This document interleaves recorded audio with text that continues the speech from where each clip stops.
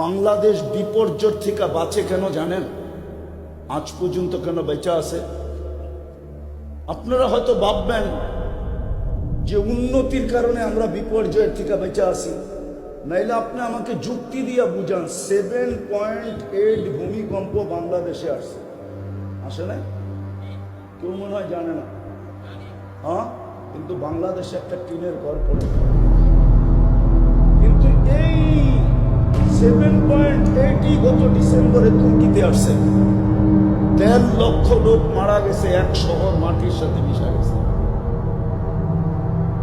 বলেন সারা দুনিয়া যে চিৎকার দিতেছিল বাংলাদেশকে করুণা নিয়া, যে বাংলাদেশের মতো বিপর্যয় কখনো হয়, কোথাও হবে না, ওই তুলনায় বাংলাদেশে কোনো বিপর্যয়ই হয়, বরং করুণার রোগী বাংলাদেশে যত সুষ্ঠুভাবে সুন্দরভাবে আলেম ওলামার হাতে দাফন হয়েছে, দুনিয়ার কোথাও করুণার রোগী এরকম সুন্দরভাবে দাফন হয়। সত্য তো?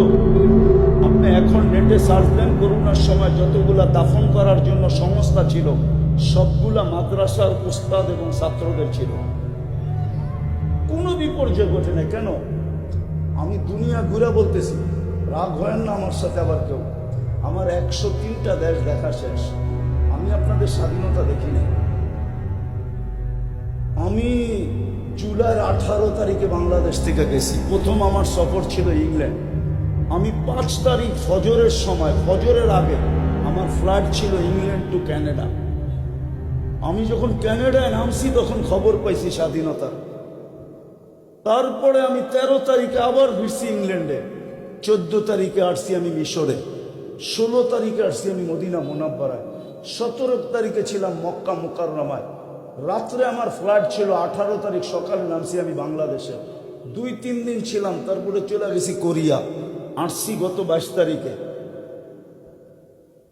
আমাকে বুঝাইতে হবে না, আমার উন্নত বিশ্ব দেখা শেষ, শুধু একটা বাকি আছে, নিউজিল্যান্ড। ইনশাআল্লাহ অচিরই ওইটাও পুরো হবে। বাকি কোনো উন্নত বিশ্ব আমার বাকি নেই। আমি অহংকার করে বলতেছি না, বুঝানোর জন্য। বাংলাদেশটা শুধু বেঁচে আছে 2 থেকে 3টার পরিবেশের কারণে, নাইলে এই দেশ বাঁচার কথা না।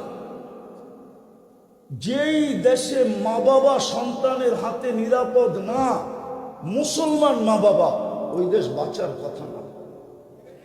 রাগ হয়ে যান না। এখন আজকে মুখ খুলতেছি, যেই দেশের নেতারা, শীর্ষস্থানীয় সমাজপতিরা যুবকের জিন্দেগি বরবাদ করার জন্য